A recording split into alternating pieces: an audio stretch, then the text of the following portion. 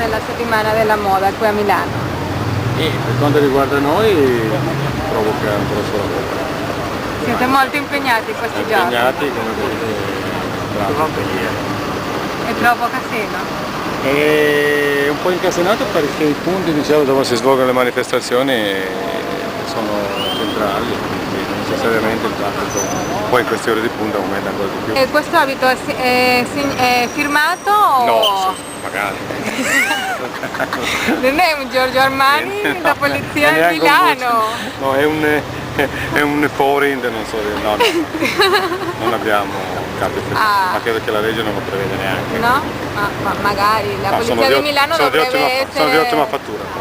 Forse se avrebbe Gucci sarebbe molto più costoso poi. Ma probabilmente sì. Non pago io, non pago questo, neanche il Gucci pagherei io. È un'intervista. Grazie. Grazie mille.